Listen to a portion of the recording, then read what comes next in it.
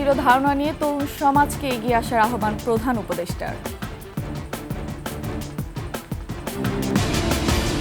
Blog সাইটে গুজব তৈরি করে ছড়ানো হচ্ছে সামাজিক মাধ্যমে, সত্যি খবর মনে করছে মানুষ। ইন্টারপোলের নজরদারিতে সাবেক আইজিপি বেনজির এক দেশ থেকে অন্যত্র যেতে পড়বেন বাধার মুখে।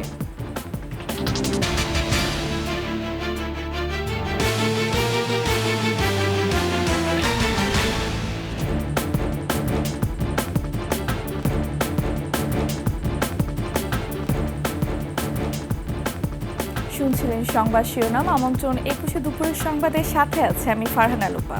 দর্শক, 21 টেলিভিশনের সংবাদ একসাথে সরাসরি দেখতে পাবেন আমাদের ফেসবুক পেজ www.facebook.com/2124 অনলাইনে। এছাড়া সাবস্ক্রাইব করতে পারেন www.youtube.com/21TV চ্যানেলে। কার্বন নিঃসরণ, সম্পদ পুঞ্জীভূতকরণ ও বেকারত্ব শূন্যে নামিয়ে আনতে তরুণ সমাজকে এগিয়ে আসার আহ্বান জানালেন প্রধান উপদেষ্টা ডক্টর মোহাম্মদ ইউনূস। বৃহস্পতিবার কাতার বিশ্ববিদ্যালয়ে দেয়া বক্তৃতায় তিনি আরও বলেন, বর্তমান সভ্যতা আমাদের ধ্বংসের দিকে এগিয়ে নিয়ে যাচ্ছে। এখান থেকে বেরিয়ে 3-0 বিশ্ব গড়তে হবে। আরও জানাচ্ছেন মেহেদী হাসান। বুধবার রাতে কাতারে বিনিয়োগ সেমিনারে দেওয়া বক্তব্যের শুরুতেই প্রধান উপদেষ্টা বাংলাদেশের জুলাই বিপ্লবের বর্ণনা দেন। বলেন, অসাধ্য সাধন করেছে তরুণরা, বাংলাদেশে সব অসম্ভবই সম্ভব হয়। Nobody in Bangladesh will say there is corruption in this government.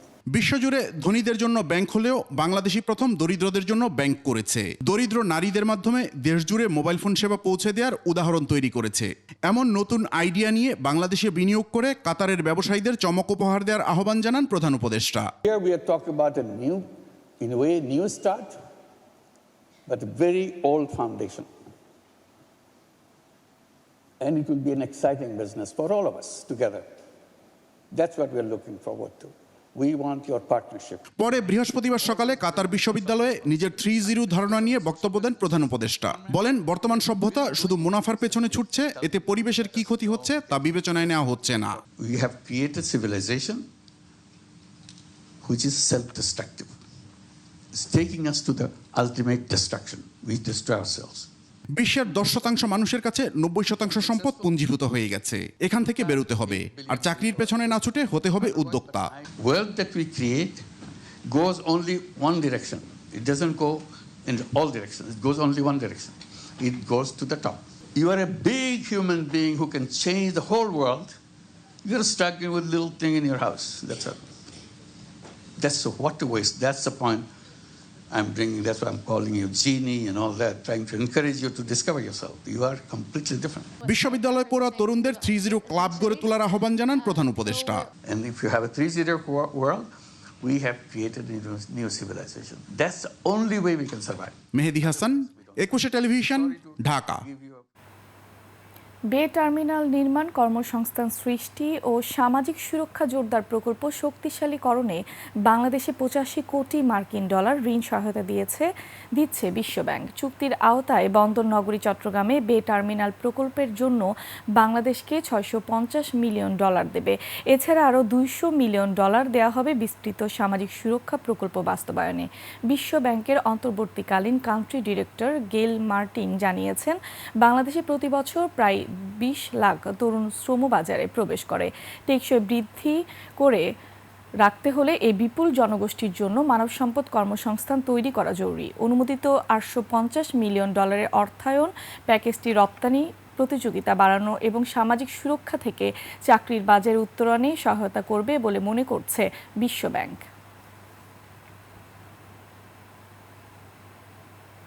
বাবার ঠিকাদারি লাইসেন্স নিয়ে মুখ খুলেছেন স্থানীয় সরকার। পল্লী উন্নয়ন ও সমবায় মন্ত্রণালয়ের উপদেষ্টা আসিফ মাহমুদ সজীব ভুইয়া বৃহস্পতিবার সকাল 11:30টার পর নিজ ফেসবুক পেজে বাবার ভুলের জন্য ক্ষমা চেয়েছেন তিনি। ফেসবুকে দেওয়া পোস্টটিতে উপদেষ্টা আসিফ মাহমুদ লিখেন, প্রথমেই আমার বাবার ভুলের জন্য ক্ষমা প্রার্থনা করছি।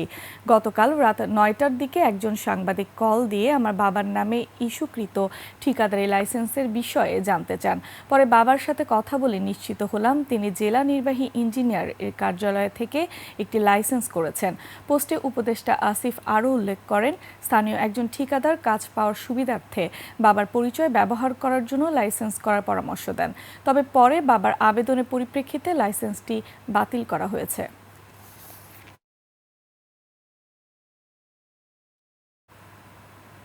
সামাজিক যোগাযোগ মাধ্যমে গুজব ছড়াতে নতুন কৌশলের আশ্রয় নিচ্ছে গুজববাজেরা। তারা ব্লগ সাইটে গুজব তৈরি করে সামাজিক যোগাযোগ মাধ্যমে তা ছড়িয়ে দিচ্ছে।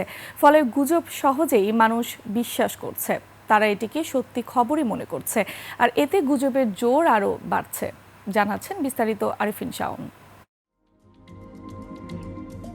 সম্প্রতি ভারতের একটি ভিডিও সামাজিক মাধ্যমে ব্যাপকভাবে ছড়িয়ে পড়ে, যেখানে দাবি করা হয় বাংলাদেশের যুবলীগ কর্মীর ওপর হামলা করেছে সমন্বয়করা।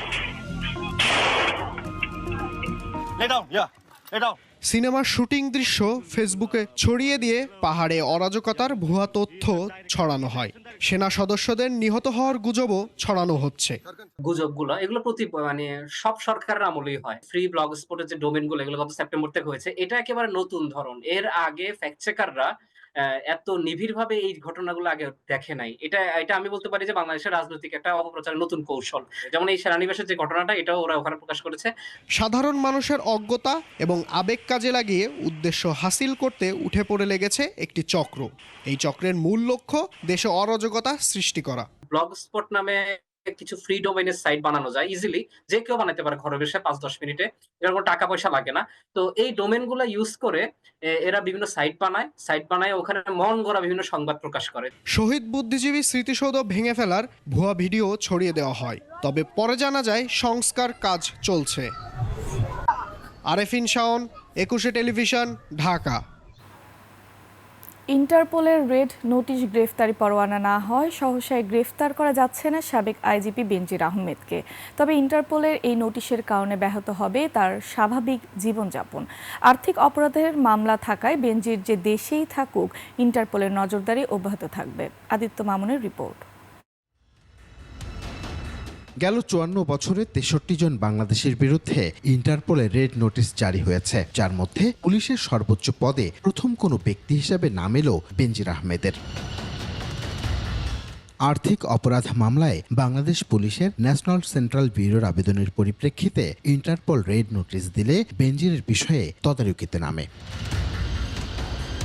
ইন্টারপোলের নিজস্ব পুলিশ বাহিনী নেই, তবে স্ব দেশের আইন শৃঙ্খলা রক্ষাকারীরাই অভিযুক্ত ব্যক্তির স্থান শনাক্ত করে তথ্য সরবরাহ করলে ব্যবস্থা নেয় সংস্থাটি। ইন্টারপোলের রেড নোটিশের প্রক্রিয়া কি আর কারাই বা অপরাধের তালিকায় থাকেন তা জানালেন এই আইনজীবী। ইন্টারপোল দেখবে হচ্ছে কি যে যাকে ব্যাপারে রেড নোটিশ দেওয়া হচ্ছে তাকে কি পলিটিক্যালি ভিকটিম করা হচ্ছে, অথবা সে কি আসলে কি আপনার money laundering, corruption, child abduction, mass murder এই ধরনের অফেন্সের সাথে আদৌ ইনভলভ কিনা। তবে এই নোটিশে গ্রেফতার না হলেও সবসময় নজরদারি, এমনকি দেশ ছেড়ে ভিন্ন দেশে যাওয়ার সুযোগ থেকেও বঞ্চিত হবেন বেনজির। অনেক সময় আমরা রেড নোটিশটাকে একটা ওয়ারেন্ট হিসাবে অনেক দেশের মানুষ ইন্টারপ্রিট করে থাকে, কিন্তু অ্যাকচুয়ালি রেড নোটিশ ওয়ারেন্ট না। রেড নোটিশ হচ্ছে গিয়ে একটা নোটিশ ইন্টারপোল ইস্যু করে, এই নোটিশটা চলে যায়, এই নামটা, এই তথ্যটা চলে যায় সব মেম্বার স্টেটের কাছে। তখন অন্য মেম্বার স্টেটকে সেই লোকটার আইডেন্টিটিটাকে দেওয়া হয়। মেম্বার স্টেট কিন্তু ওই লোককে অ্যারেস্ট করতেও পারে, নাও করতে পারে। অ্যারেস্ট করবে হচ্ছে গিয়ে যেই দেশে যেই দেশে ওয়ারেন্ট সেই দেশ, কিন্তু ইন্টারপোল জাস্ট হচ্ছে নেটওয়ার্কিংটা করে দেয়। পুলিশ বলছে অপরাধের ধরন অনুযায়ী ব্যবস্থা নেওয়া হবে অপরাধীর বিরুদ্ধে। রেড নোটিশ পাওয়ার পর সংশ্লিষ্ট দেশের আইন শৃঙ্খলা রক্ষাকারী বাহিনী তাদের নিজস্ব আইনি কাঠামোর আলোকে অভিযুক্তকে শনাক্ত, নজরদারি এবং রাষ্ট্রীয় আইনানুগ সিদ্ধান্ত সাপেক্ষে প্রত্যর্পণের উদ্যোগ গ্রহণ করে থাকে। শুধু বেনজির নয়, বেশ কয়েকজনের বিরুদ্ধে রেড নোটিশ দেওয়ার আবেদন প্রক্রিয়াধীন। আদিত্য মামুন, ২১শে টেলিভিশন, ঢাকা। নিচ্ছি সংবাদ বিরতি। যখন ফিরছি তখন অন্যান্য সংবাদের সাথে আরও থাকবে। এক যুগ পরও জীবন জীবিকা নিয়ে অনিশ্চয়তায় রানা প্লাজার আহতরা, পুনর্বাসনের দাবি। আমন্ত্রণ ২১শে সংবাদে।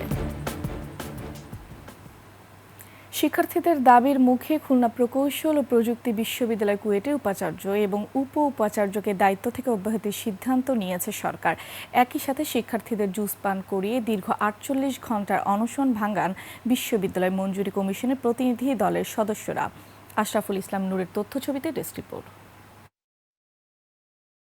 অবশেষে জুস পান করিয়ে অনশন ভাঙা হয় আন্দোলনরত শিক্ষার্থীদের। উল্লাসে ফেটে পড়েন শিক্ষার্থীরা। এর আগে বুধবার রাতে শিক্ষা মন্ত্রণালয়ের এক প্রজ্ঞাপনে কুয়েট উপাচার্য ডক্টর মুহাম্মদ মাসুদ ও প্রভিসি ডক্টর শেখ শরীফুল আলমকে দায়িত্ব থেকে অব্যাহতি দেওয়ার সিদ্ধান্ত হয়। স্টুডেন্ট ওয়েলফেয়ার সেন্টারে বিশ্ববিদ্যালয় মঞ্জুরি কমিশনের প্রতিনিধি দলের সদস্য অধ্যাপক ডক্টর তানজিম উদ্দিন খান আন্দোলনরত শিক্ষার্থীদের প্রজ্ঞাপন পড়ে শোনান। এ সময় তিনি জানান, কুয়েটের সাম্প্রতিক ঘটনাবলীর প্রেক্ষিতে সমস্যা নিরসন এবং স্বাভাবিক শিক্ষা কার্যক্রম শুরুর লক্ষ্যে ভিসি ও প্রভিসিকে অব্যাহতি দেওয়া হয়েছে। ঘটনাবলীর পরিপ্রেক্ষিতে সংকট নিরসন এবং শিক্ষা কার্যক্রম দ্রুত শুরু করার লক্ষ্যে বিশ্ববিদ্যালয়ের উপাচার্য এবং উপ উপাচার্যকে দায়িত্ব থেকে অব্যাহতি প্রদান হয়। সার্চ কমিটির মাধ্যমে পদ দুটিতে নতুন নিয়োগ দেওয়া হবে। আপাতত বিশ্ববিদ্যালয়ের কার্যক্রম পরিচালনার জন্য জ্যেষ্ঠ অধ্যাপকদের একজনকে সাময়িক দায়িত্ব দেয়া হবে বলেও জানান তিনি। অনতিবিলম্বে একটি সার্চ কমিটি গঠনের মাধ্যমে এই দুটি পদে নতুন নিয়োগ প্রদান করা হবে। কুয়েটের ছাত্র রাজনীতি নিষিদ্ধের দাবিকে কেন্দ্র করে গেল 18 ফেব্রুয়ারি শিক্ষার্থী, এলাকাবাসী ও ছাত্রদল যুবদলের সংঘর্ষে অর্ধশতাধিক আহত হন। পরে 25 ফেব্রুয়ারি বিশ্ববিদ্যালয় অনির্দিষ্টকালের জন্য বন্ধ ঘোষণা করে। নিষেধাজ্ঞা অমান্য করে 13 এপ্রিল শিক্ষার্থীরা ক্যাম্পাসে প্রবেশ করলে 14 এপ্রিল সিন্ডিকেট সভায় 37 শিক্ষার্থীকে সাময়িক বহিষ্কার করা হয়। এরপর 22 এপ্রিল 29 শিক্ষার্থী উপাচার্যকে অপসারণের দাবিতে আমরণ অনশনে বসে। ইউসুফ হাসান নাইম, 21 টেলিভিশন। সাভারের রানা প্লাজা ধসের প্রায় 1 যুগ পার হলেও দুঃসহ স্মৃতি তাড়া করে আহতদের। অনিশ্চয়তার ঘেরাটোপে এখনও কাটে তাদের সময়। জীবন যুদ্ধে পোড় খাওয়া মানুষগুলোকে পুনর্বাসনের দাবি শ্রমিক সংগঠনগুলোর। সাভার প্রতিনিধি শাহেদ জুয়েলের তথ্যচিত্রের ডেস্ক রিপোর্ট। শরীরে 6টি অপারেশনের ক্ষত নিয়ে বেড়াচ্ছেন রানা প্লাজার দুর্ঘটনায় আহত গার্মেন্টস শ্রমিক ইয়ানুর। দুঃসহ সেই স্মৃতি এখনও তাড়া করে তাকে। পায়ের ক্ষত নিয়ে হাঁটতে না পারলেও 24 তারিখ আসলেই ক্র্যাচের উপর ভর করে চলে আসেন ধসে পড়া রানা প্লাজার সেই স্থানে। আমার প্রতিনিয়তই মনে পড়ার কথা, কারণ আমার সারা শরীরে ক্ষতবিক্ষত হয়ে গেছে। ইয়ানুরের মতো প্রায় একই স্মৃতিচারণ করেন আরেক আহত শ্রমিক শিলা। সেই দিনের কথা বলতে গিয়ে ভেঙে পড়েন কান্নায়। মেরুদণ্ড ভাঙিয়ে গেছে, এই অবস্থা আজও এই খাঁচা পড়েই আমার এই 12 বছর কাটাইতেছি। একটা পাখি যদি খাঁচার মধ্যে আটকা থাকে, পাখিটা বেরোয়ার জন্য অনেক ছটফট করে, কিন্তু আমি শিলেও এই খাঁচার মধ্যে বেরোয়ার জন্য অনেক ছটফট করি, কিন্তু আজীবনেও আর এই খাঁচার দেয়া আমার বের হওয়া হবে না। 2013 সালের 24 এপ্রিল সাভার বাস স্ট্যান্ড এলাকায় সম্পূর্ণ ধসে পড়ে রানা প্লাজা। দুর্ঘটনায় সেদিন প্রাণ হারান 1175 জন, গুরুতর আহত হন প্রায় 2000, অনেকের আবার মেলেনি খোঁজ। ঘটনার পর হয় মামলা, গ্রেপ্তার হন ভবনের মালিক সোহেল রানা, দেয়া হয় ফাঁসির রায়। তবে অজানা কারণে আজও সেই রায় কার্যকর হয়নি। আহত নিহত শ্রমিকদের সুচিকিৎসা, পরিবারদের সুচিকিৎসা এবং ক্ষতিপূরণের দাবিতে আমরা 1 যুগ যাবৎ আন্দোলন সংগ্রাম করে আসছি। শুধু শ্রমিক সংগঠন নয়, দায়ীদের শাস্তি আর ক্ষতিগ্রস্তদের পুনর্বাসনের তাগিদ বিশিষ্টজনদের। সেই সময় যারা সুযোগ সুবিধাগুলো নিয়েছিল কিন্তু প্রকৃত সহযোগিতা যাদেরকে করা হয় নাই, সে ব্যাপারটাও কিন্তু একটা আবারও নতুন করে তদন্ত করা দরকার। নকশা বহির্ভূত ভবন নির্মাণ ও নিম্নমানের নির্মাণ সামগ্রী ব্যবহার সহ 9 কারণে রানা প্লাজা ধসে পড়ে বলে তখন তদন্ত প্রতিবেদনে জানান গার্মেন্ট মালিকদের সংগঠন BGMEA. Khurshid Alam, desk report, 21 television. দর্শক, শেষ করছি দুপুরে 21 সংবাদ। যাবার আগে সংবাদ শিরোনামগুলো আরও একবার। 3-0 ধারণা নিয়ে তরুণ সমাজকে এগিয়ে আসার আহ্বান প্রধান উপদেষ্টার। ব্লগ সাইটে গুজব তৈরি করে ছড়ানো হচ্ছে, সামাজিক মাধ্যমে সত্যি খবর মনে করছে মানুষ। ইন্টারপোলের নজরদারিতে সাবেক আইজিপি বেনজির এক দেশ থেকে অন্যত্র যেতে পড়বেন বাধার মুখে।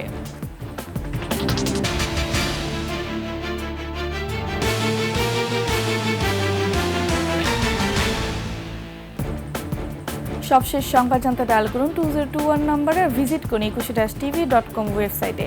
ফেসবুকে ভিজিট করতে পারেন www.facebook.com/ekushe24 অনলাইনে। এছাড়া সাবস্ক্রাইব করতে পারেন www.youtube.com/ekushe চ্যানেলে। এতক্ষণ সঙ্গে থাকার জন্য ধন্যবাদ। পরবর্তী সংবাদ বিকাল 5টায় দেখার আমন্ত্রণ রইল। একুশের সাথেই থাকুন।